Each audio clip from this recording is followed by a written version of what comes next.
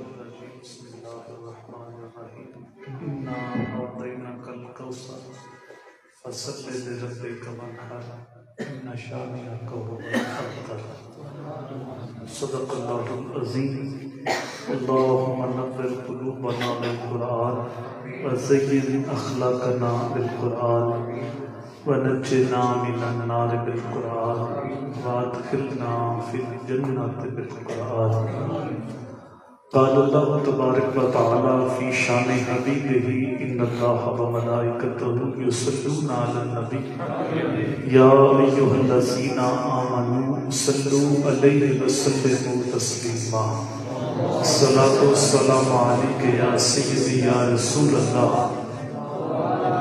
وعلى آلك وصحابك وسلم عليك يا حبيب الله الصلاة والسلام عليك يا سيدي يا نبي الله وعلى آلك وصحابك يا سيدي يا نور اللہ۔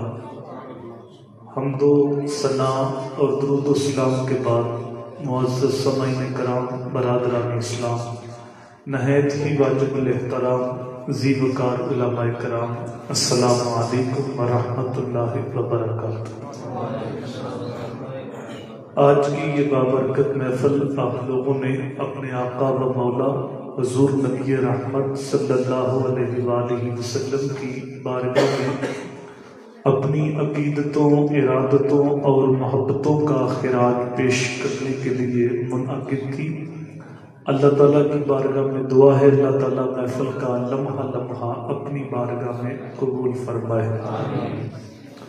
میں نے سورہ کوثر آپ کے سامنے تلاوت کی ہے۔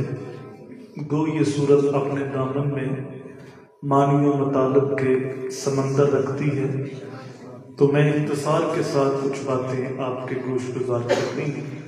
اللہ تعالیٰ کی بارگاہ میں ہمیشہ یہ دعا رہی ہے کہ اللہ تعالیٰ میری زبان پہ سچی بات جاری فرمائے اور سچ سنا کے مجھے اور آپ کو قابل عمل باتوں پہ عمل کرنے کی توفیق عطا فرمائے۔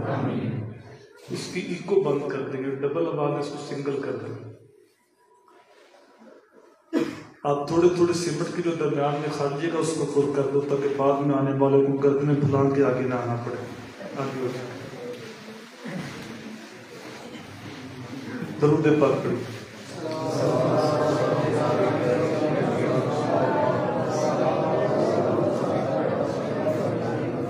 پورا سال ہی میرے حضور کا ذکر خیر ہوتا رہتا ہے، لیکن ربیع الاول شریف کے اندر یہ ذکر پورے عروج پہ ہوتا ہے۔ ربیع الاول تو گزر گیا، لیکن حضور کے تذکار کی خوشبو ختم نہیں ہوئی۔ اتنا تذکرہ کسی کا نہیں ہوا جتنا سرکار مدینہ کا ہو رہا ہے۔ لوگ دنیا پہ آتے ہیں، اپنا وقت گزار کے چلے جاتے ہیں، کچھ مہینے کچھ سال لوگ کو یاد رہتے ہیں، پھر زمانہ قبروں کے نشان بھی بھول جاتے ہیں۔ آج سے کھڑی رومی کشمیر میاں محمد بخش بولے، سہ سہ جوڑ سنگت دے ڈٹھے اوڑ کتھا پئیاں جنہ بنا ایک پل نساں جیندے وہ شکلہ یاد نہ رہی۔ ہماری حالت اتنی نازک ہے، ہم اپنے خونی رشتے بھول جاتے ہیں۔ مشتاق یوسفی نے کہا تھا، مٹ گیا مشتاق دل سے رنگ یاد رفتہ کا، مٹ گیا مشتاق دل سے رنگ یاد رفتہ کا، پھول مہنگے ہو گئے قبریں پرانی ہو گئی۔ 4 دن لوگ پھول ڈالتے ہیں پھر قبر کا نشان بھی یاد نہیں رکھتے، لیکن کیا وجہ ہے؟ 1400 سال سے اوپر عرصہ گزر گیا ہے، نہ تو عقیدتوں کے پھول مہنگے ہوئے ہیں اور نہ ہی گنبد خضرا کا رنگ پرانا ہوا ہے۔ صدیوں قبل میرے حضور دنیا پہ تشریف لائے تھے، لیکن ماحول کی تازگی بتاتی ہے جیسے کوئی کل ہی گزر کے گیا ہے۔ زمین سے آسمان تک، آسمان سے لامکان تک ہے، کہاں کھولے تھے گیسو یار نے خوشبو کہاں تک۔ کائنات کا ذرہ ذرہ میرے حضور کے ذکر سے مہکتا ہے، اور اہل ایمان حضور کے ذکر سے اپنے دکھی دل کو تسکین دیتے ہیں۔ جو ڈبل آواز ہے اس کے بالکل سنگل کر دو. اللہ آپ کو بتا. کتنا میٹھا نام ہے. جب کسی کے لبوں پہ حضور کا نام آتا ہے تو لگتا ہے منہ میں شہد گھل گیا. یہ انور مسعود صاحب یہ ہیں تو مزاحیہ شاعر، لیکن جب حضور کی مدحت میں قلم اٹھاتے ہیں تو کمال کر دیتے ہیں. ان کا نام لبوں پہ آئے میٹھا میٹھا منہ ہو جائے. ان کا نام لبوں پہ آئے میٹھا میٹھا منہ ہو جائے. ان کے بول بہاروں جیسے اور اصحاب ستاروں جیسے. ان سا پیارا اور نہ کوئی، ان سے بچھڑ کے لکڑی روئی. جب وہ سیر کو جایا کرتے سر پہ بادل سایا کرتے. وہ شانوں کے مالک ہے. جب ان کا تذکرہ نور چھڑتا ہے تو ماحول میں خوشبو پھیل جاتی. اور یہ عمل خلف سلف کے اندر بڑا محبوب رہا کہ وہ مل بیٹھ کے حضور کی آمد کے تذکرے کرتے اور اپنے دل کی بنجر زمینوں کو حضور کے ذکر سے آباد کرتے. سورہ کوثر اس ماحول میں نازل ہوئی جب حکمت خداوندی کے تحت حضور کے صاحبزادے انتقال کر گیا تو کفار نے حضور کو ابتر ہونے کا طعنہ دیا. ابتر کا معنی جس کی اولاد نورینہ نہ ہو، جس کی نسل آگے نہ چلے، جو بے نشان ہو. ان کا باطل خیال یہ تھا اگر یہ اپنے پیغام کو پھیلا بھی لیتے ہیں تو کتنی دیر تک، جتنی دیر تک خود زندہ ہے. اس کے بعد جب اولاد نہیں ہے تو نہ نام رہے گا نہ پیغام رہے گا. ہمارا یہ کیا گزریا دور ہے. اس کے باوجود جب کسی کے ہاں فوتگی ہوتی ہے تو پکے دشمن بھی اپنی زبانیں بند کر لیتے ہیں کہ 4 دن صدمہ یہ گزر جائے اس کے بعد دشمنی کریں گے. لیکن وہ کتنے سخت اور کتنے ظالم دشمن تھے. حضور کے صاحبزادے انتقال کر گئے تو حضور کے دل کی دارس بندانے کی بجائے دکھوں میں اضافہ کیا اور ابتر ہونے کا طعنہ دیا. حالانکہ جو حضور کے صاحبزادے انتقال کر گئے اس میں اللہ تعالیٰ کی بہت ساری حکمتیں تھیں.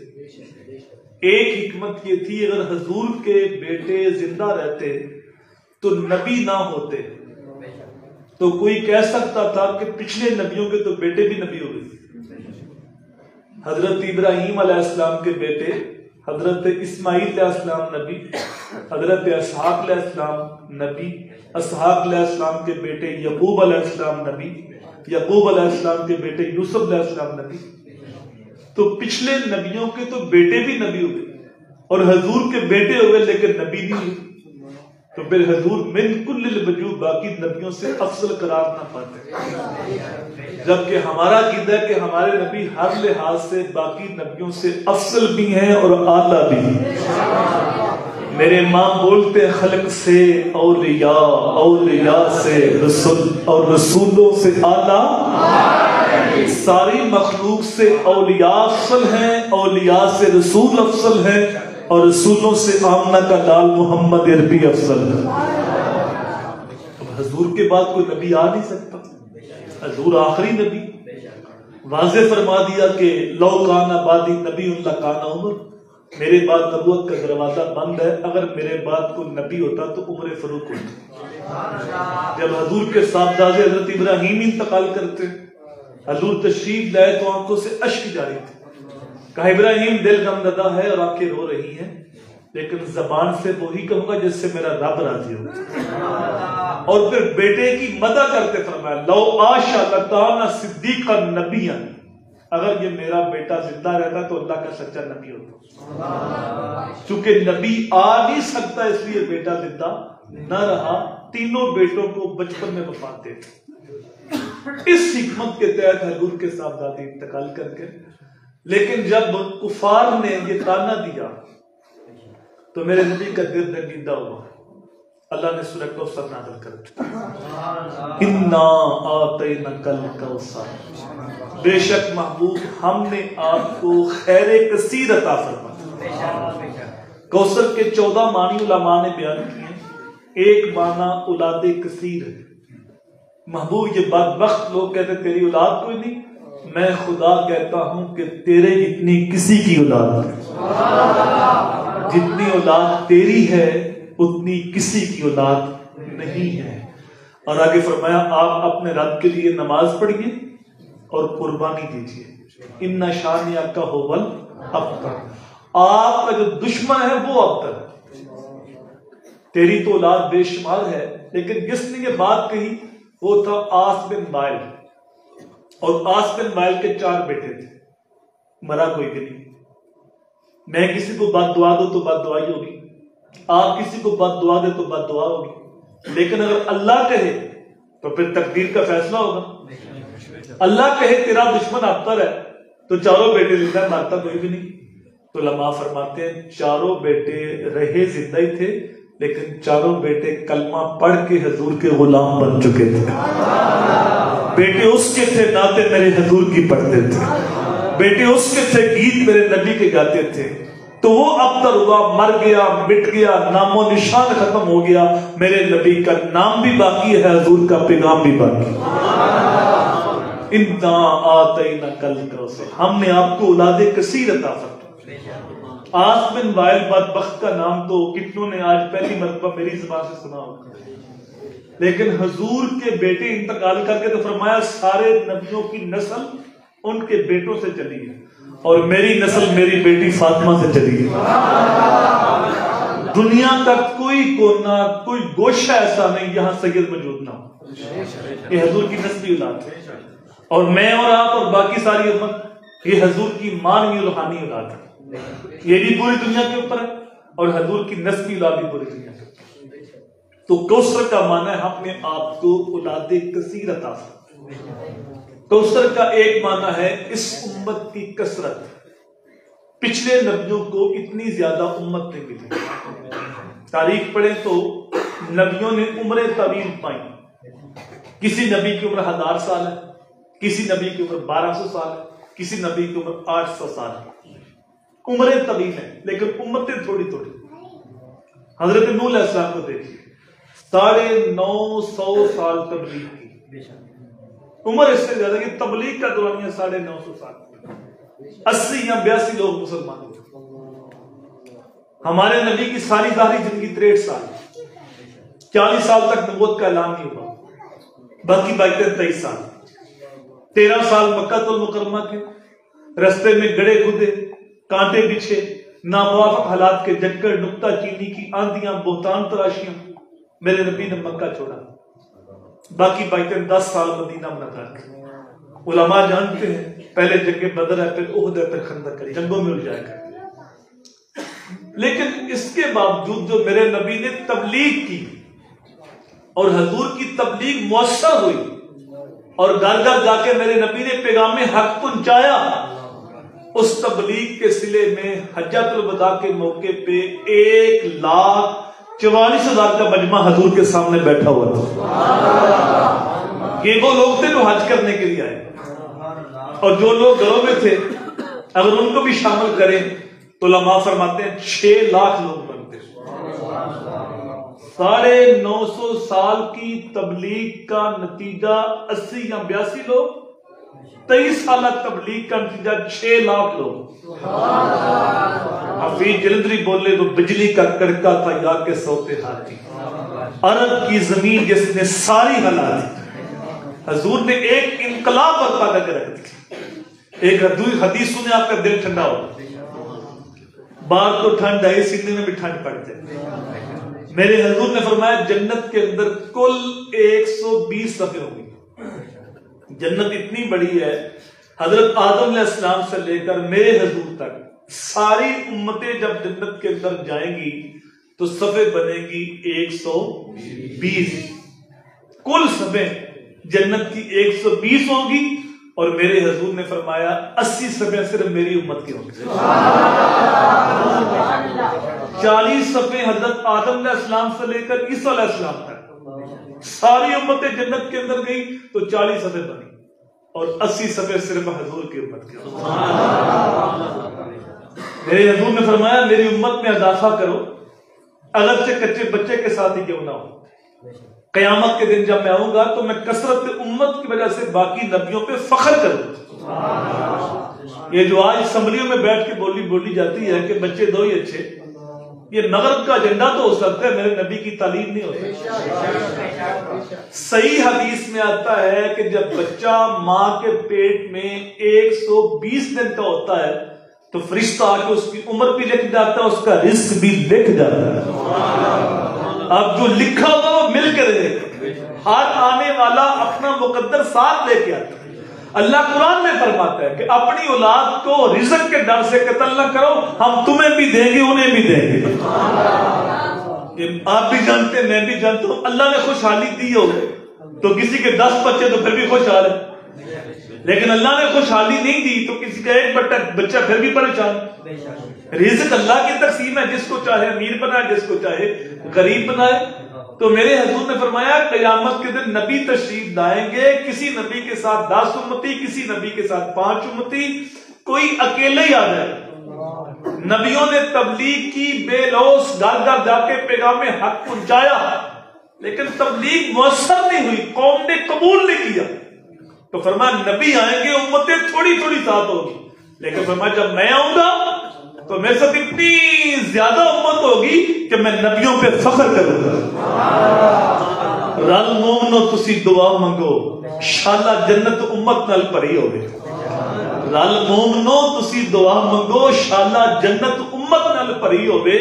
رحیم بخشا کل پیغمبراتی، شالا عزت رسول دی بڑی ہوگی. کوثر کا ایک معنی ہے اس امت کی کثرت ہے جو میرے حضور کو عطا کی. کوثر کا ایک معنی حوض کوثر ہے، جنت کے اندر حوض ہے جو میرے نبی کو عطا کیا گیا. میرے حضور نے فرمایا حیاتی خیر لکم و وفاتی خیر لکم، میری حیات بھی تمہارے لیے بہتر ہے، میری وفات بھی تمہارے لیے بہتر ہے. فرمایا انا فارقکم علی الحوض، میں حوض کوثر پہ تمہارا فرض جا رہا ہوں. یہ فرض لفظ کے ساتھ آپ مانوس ہیں. بچے کی نماز جنازہ کے لیے لفظ بولا جاتا ہے کہ اے اللہ اس بچے کو ہمارے لیے فرض بنا، جس کا ترجمہ کرتے ہیں ذخیرہ آخرت.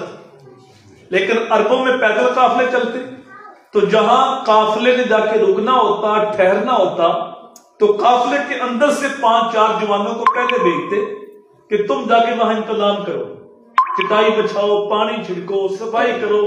جب تھکا ہوا قافلہ پہنچے تو اس کو انتظام خود نہ کرنا پڑے، اس کے آنے سے پہلے انتظام ہو چکا ہو. تو قافلے سے پہلے جا کے انتظام کرنے والے کو عربی میں کہتے ہیں فرد. میرے حضور نے فرمایا آنا فارقکم علی الحوض، میں جو تم سے پہلے جا رہا ہوں نا حوض کوثر پہ تمہارا فرد جا رہا ہوں کہ تمہارے آنے سے پہلے حوض کوثر کے جام بھر بھر کے رکھ دو. جب تھکی ہوئی امت آئے حوض کوثر کے جام پیے سارے غم ہی بھول جائے. قیامت کا ایک دن بھائی 50,000 سال کا ہوگا، لیکن جس خوش نصیب کو حوض کوثر کے پانی کا ایک گھونٹ بھی مل گیا، اس کو 50,000 سال کے دن میں دوبارہ پیاس تنگ نہیں کرے گی. وہ حوض میرے حضور کو دیا گیا. اور روایت میں آتا ہے حوض کوثر کے اوپر جو پیالے ہیں ان کی تعداد آسمان کے ستاروں کے برابر، اور حوض کوثر کے چاروں کونوں پہ حضور کے 4 یار بیٹھے ہوئے. اگر کسی بدنصیب کے سینے میں ان چاروں میں سے کسی ایک کا بغض بھی ہوا، اس کو حوض کوثر کا جام نہیں ملے گا. حوض کوثر کا جام وہی پیے گا جو صحابہ کا بھی غلام ہے، اہل بیت کا بھی غلام ہے. کچھ دیدہ نہ دیدہ ہاتھوں نے امت کو توڑ دیا اور 2 حصوں میں تقسیم کر دیا، اور اس انداز سے بیان کیا جس طرح صحابہ کی آپس میں کچھ جنگ تھی، اہل بیت اور صحابہ آپس میں معاذ اللہ کو بغض رکھ کر. اس انداز سے بیان کرنے والوں نے بیان کیا محرم سفر جب آتا ہے تو اس وقت بڑے مشکل حالات ہوتے ہیں، اور یہ ایک سوچی سمجھی سازش کے تحت سارا کچھ ہو رہا ہوتا ہے. ایک طبقہ صحابہ کی بات کرتا ہے اور صحابہ کی بات کرتے کرتے وہ یزید کے بھی گیت گانا شروع کر دیتا ہے. اصل میں اہل بیت کا بغض بول رہا ہوتا ہے، اور ایک بندہ اہل بیت کی بات کرتا ہے ایک طبقہ، تو وہ صحابہ کے بارے بغض رکھتا ہے. کبھی معاذ اللہ حضرت بکر صدیق کے بارے کبھی حضرت امیر معاویہ کے بارے، کبھی کسی اور صحابی کے بارے، تو وہ صحابہ کے اوپر تان کر رہا ہوتا ہے۔ ہوا یہ کہ ہم نے دین لینا تھا قرآن سے، پھر حدیث سے، اس کے بعد سیرت رسول عربی سے۔ چوتھا حصہ ہے تاریخ کا۔ تاریخ بعد میں لکھی گئی، لکھنے والے اپنے بھی تھے، بیگانے بھی تھے، بہت کچھ تاریخ میں شامل کر دیا گیا۔ تاریخ کے کچھ جھوٹے افسانوں کو بنیاد بنایا تو ان پاک ہستیوں پہ تان کی۔ بھئی جب ہمارے پاس قرآن و حدیث موجود ہے، جو واقعہ تاریخ کا قرآن و حدیث کے مطابق آئے اسے قبول کر لو، اور جو قرآن و حدیث کے خلاف دے اس کو چھوڑ دو۔ تو جب قرآن اعلان کر رہا ہے رحماء بینہم، نبی کے سارے یار آپس میں بڑا ہی پیار کرنے والے ہیں۔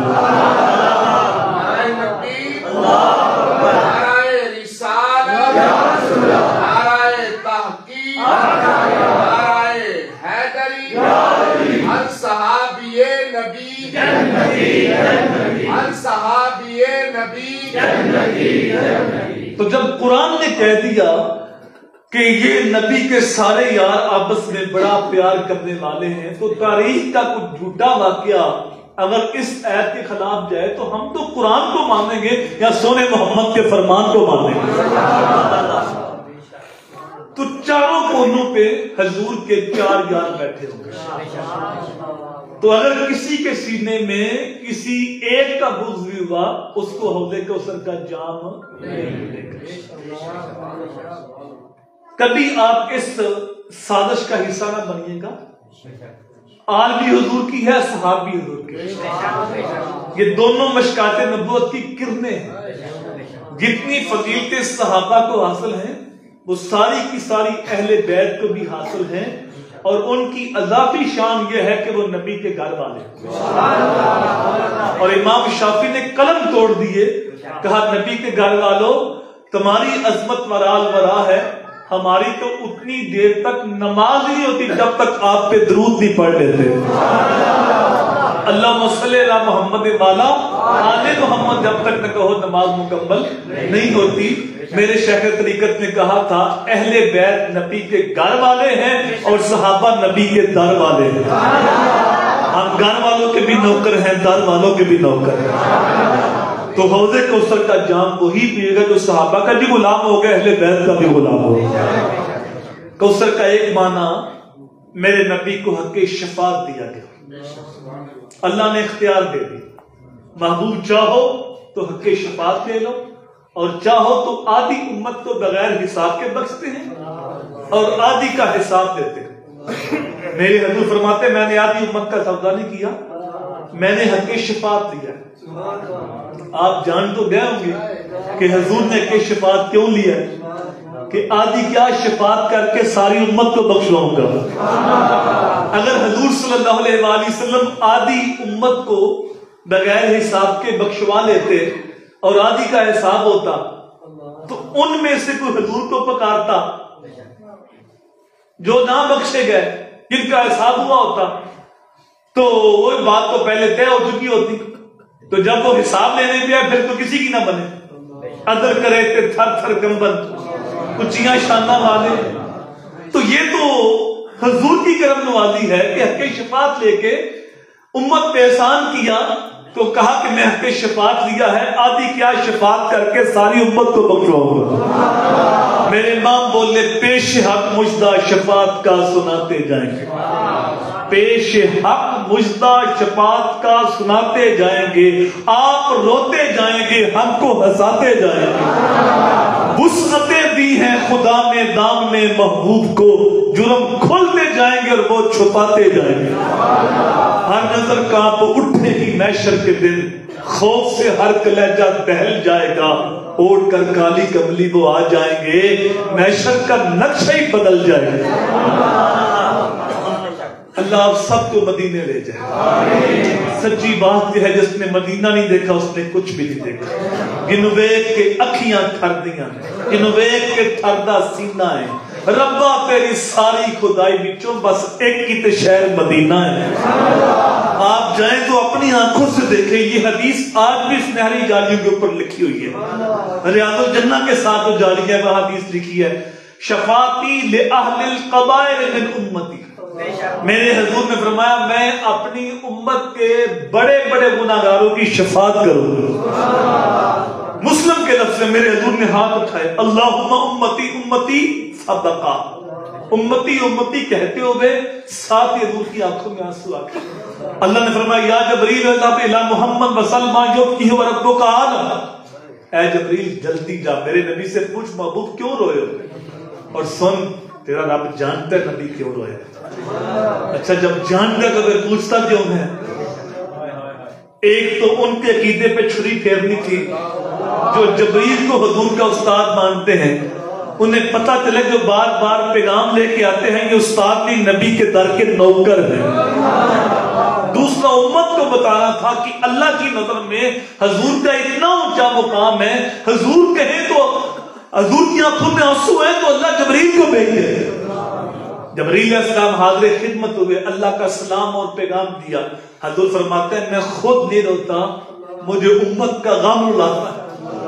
جبریل علیہ السلام پھر جاتے ہیں، پھر رب کی طرف سے پیغام لے کے آتے ہیں، محبوب پریشان ہونے کی حاجت نہیں ہے، قیامت کے دن جیسے تم کہو گے ویسے ہی کر دیں گے۔ قَالَ سَوْفَ يُؤْتِيكَ رَبُّكَ فَتَرْضَىٰ، ان قریب تیرا رب تجھ کو اتنا دے گا اتنا دے گا محبوب تو راضی ہو جائے گا۔ حضور فرماتے ہیں اچھا یہ بات ہے تو میں اتنی دیر تک راضی ہوں گا ہی نہیں جب تک ساری امت کی بگڑی نہیں بن جائے گا۔ اسی کا ترجمہ میرے امام نے کیا، خدا کی رضا چاہتے ہیں تو عالم، خدا کی رضا چاہتے ہیں تو عالم، اور خدا چاہتا ہے رضائے محمد۔ سارے کہو صلی اللہ علیہ وسلم۔ شاعر تو بڑے ہیں، آج تو پتہ نہیں ذوق ہی ختم ہو گیا، وہ پتہ نہیں کس قبیل کا شعر ہے کہ بٹن پاں کر دے بٹن تھاں کر دے، رب آکھے میں بخشا گا بس تو نکی جی ہاں کر دے۔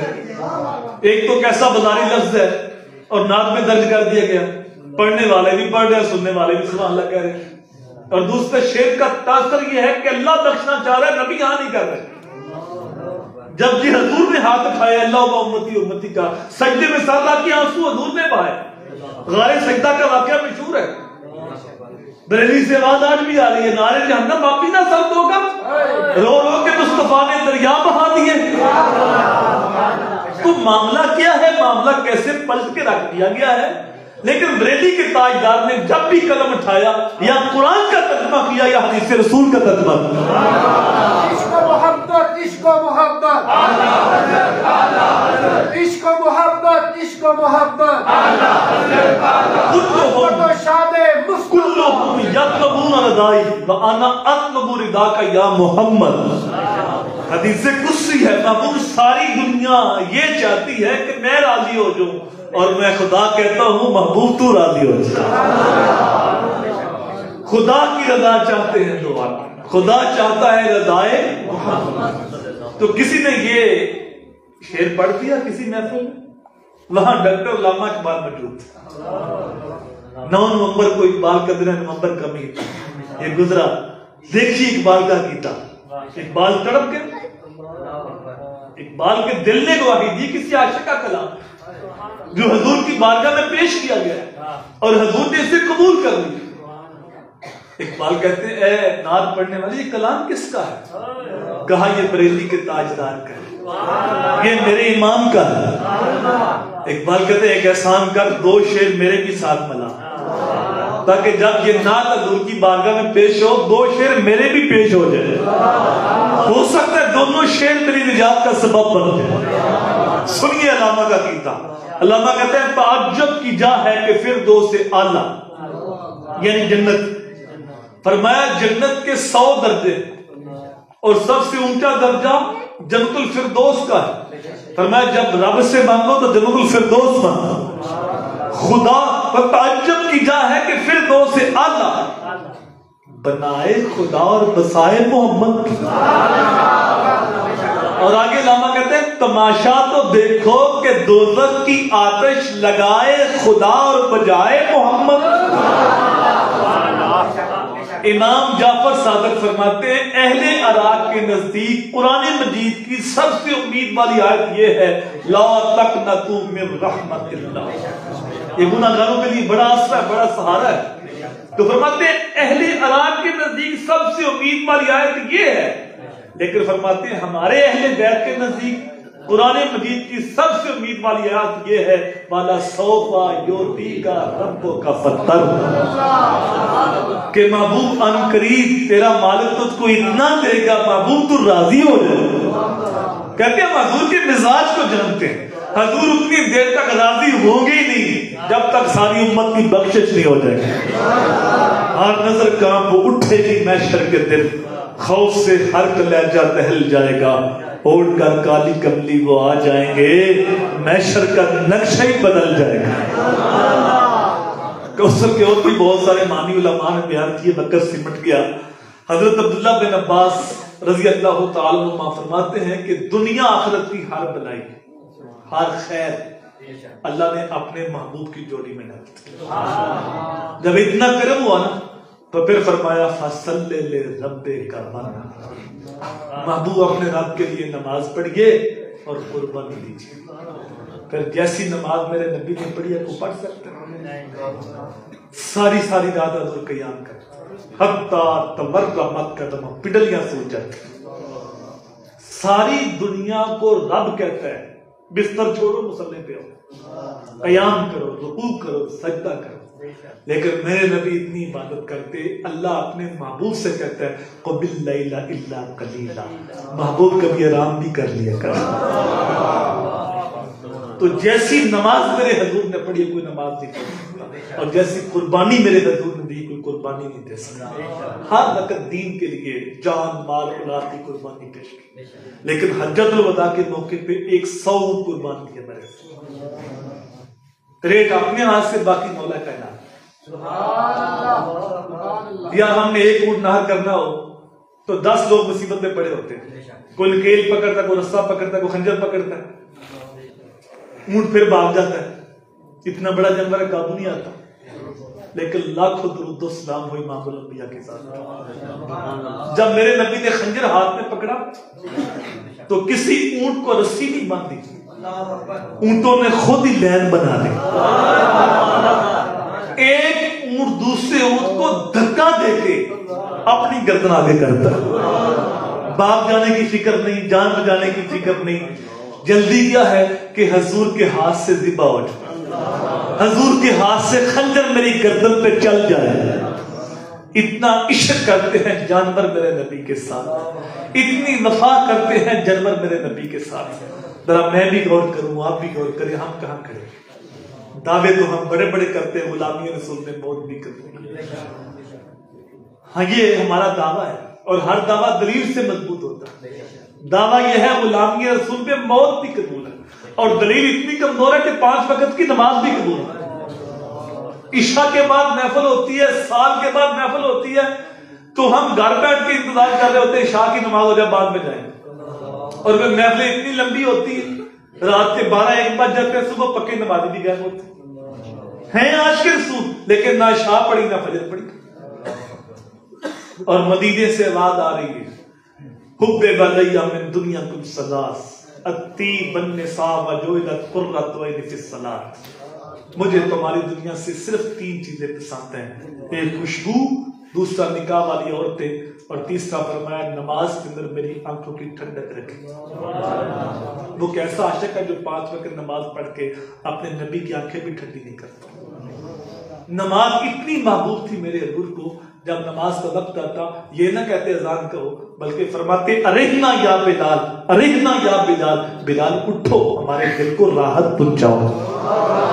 اذان ہو تو میرے حضور کے دل کو راحت پہنچتی ہے، اور امتی نماز پڑھے تو نبی کی آنکھیں ٹھنڈی ہوتی. آج عزم کرو کہ آج کے بعد 5 وقت نماز پڑھ کے اپنے نبی کی آنکھیں ٹھنڈی کریں گے. اور اگر آپ پہلے پڑھتے ہیں یا آج نیت کر لی ہے تو ایک نیت اور کر لو کہ اگر ہمارے گھر میں یا محلے بستی میں کوئی بے نمازی ہے تو ہم اس کو نماز کی دعوت دیں. یہ دین دعوت سے پہلے ہم نے دعوت دینا چھوڑا. دیکھو ہمارا کام کوشش کرتے ہیں، دل کو بدلنا ہمارا کام نہیں، وہ اللہ کی ذمہ داری ہے۔ حضرت سری سکتی کہتے ہیں میں جا رہا تھا، ایک نوجوان شراب کے نشے میں گرا پڑا تھا اور اس کا منہ گندی نالی میں تھا۔ کہتے ہیں بڑا ترس آیا، یہ اشرف المخلوقات ذلیل ہو گیا، اس کو پکڑا، کھینچا، صاف پانی سے منہ دھویا، گھر کا رستہ بتایا۔ کہتے جب اللہ کی شان قریبی میں دیکھی، جب صبح تہجد کے لیے گیا تو وہ شرابی مجھ سے پہلے نماز پڑھا۔ باری تعالیٰ یہ تو مشہور شرابی، دن کو میں نے منہ دھویا، گھر کا رستہ بتایا، ہاتھوں سے لاز آئی، اے میرے بندے تو نے اس کا منہ دھو دیا تھا، میں نے اس کا دل دھو دیا۔ لیکن کسی کو وضو کرا کر آپ کی بارگاہ میں دعا کرے، مان کہ میرا بھائی ہے، دوست ہے، ہمسایہ ہے، بیٹا اس کو جہنم کی آگ سے بچا لے، ہو سکتا ہے اللہ اس کے دل کی دنیا بدل کرے۔ یہی پیغام ہے، گر دو عالم میں تجھے مقصود گر آرام ہے، ان کا دامن تھام لو جن کا محمد نام ہے۔ اے مس خام تو اس طرح سے کندن کر لو، دل کو یاد شاہ کونین کا مسکن کر لو، اور سبز گنبد سے یوں تعلق بناؤ نادش، روح بھی اپنی ہرے رنگ سے روغن کر لو۔ اللہ کی بارگاہ میں دعا ہے، کہے سنے جملے مالک اپنی بارگاہ میں قبول فرمائے۔ ایک بھائی نے سوال پوچھا کہ نماز پڑھتے جو وسوسے آتے ہیں تو ان کو جھٹک دیا جائے؟ وسوسے تو آئیں گے، جو چور ہے وہیں ڈاکہ مارتا ہے جہاں کوئی خزانہ ہوتا ہے، تو شیطان جو ہے وہ دشمن ہے ہمارا، وسوسے تو ہمیں وہ دلائے گا، تو ہمارا کام اس کو جھٹک دے۔ اللہ مجھے آپ کو عمل کی راہوں کا مسافر